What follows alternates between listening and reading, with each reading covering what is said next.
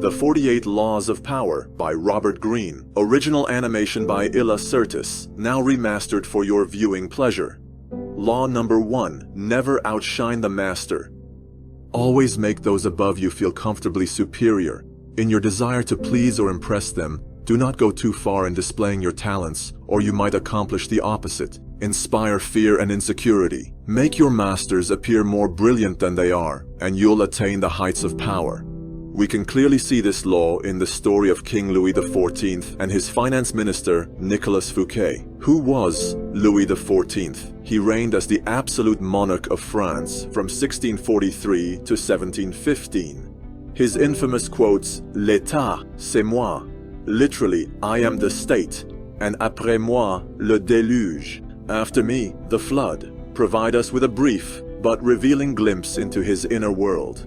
He portrayed himself as the Sun King and had such might and power among his lands that he could make any decision he wanted without discussion. He would ask for a pen and the whole room would be fighting each other for the chance to give him theirs, as to get in his good graces or be able to say they've done the great king a favor. His need to be the center of attention always would prove to be the downfall of Nicolas Fouquet.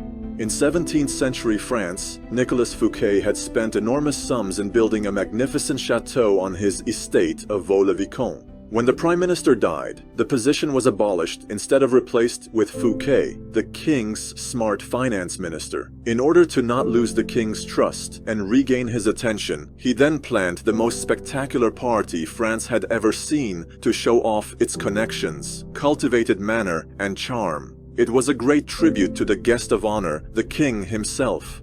Thinking this move would make him an indispensable asset, Fouquet had actually offended his master, who was outraged by the fact people were more charmed by his finance minister than by himself. Fouquet unintentionally outshone his master, making the king feel insecure. He was arrested the next day and spent the last 20 years of his life in solitary confinement high in the Pyrenees Mountains for having stolen enormous amounts from the country's treasury. The accusations were false, but such was the price of his actions, best intentions aside.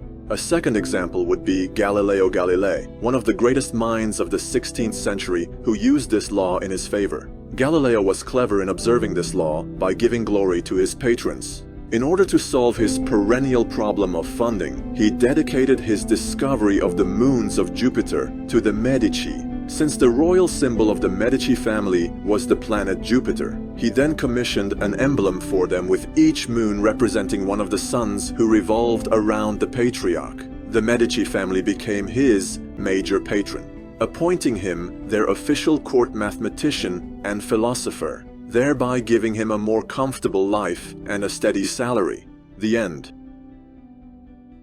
Watch the concise 30-minute version here while I remaster all of the animations that this channel was built upon. Listen to the new audiobooks on the source material of the 48 Laws of Power and join the illacertus library on Gumroad for more exclusive content.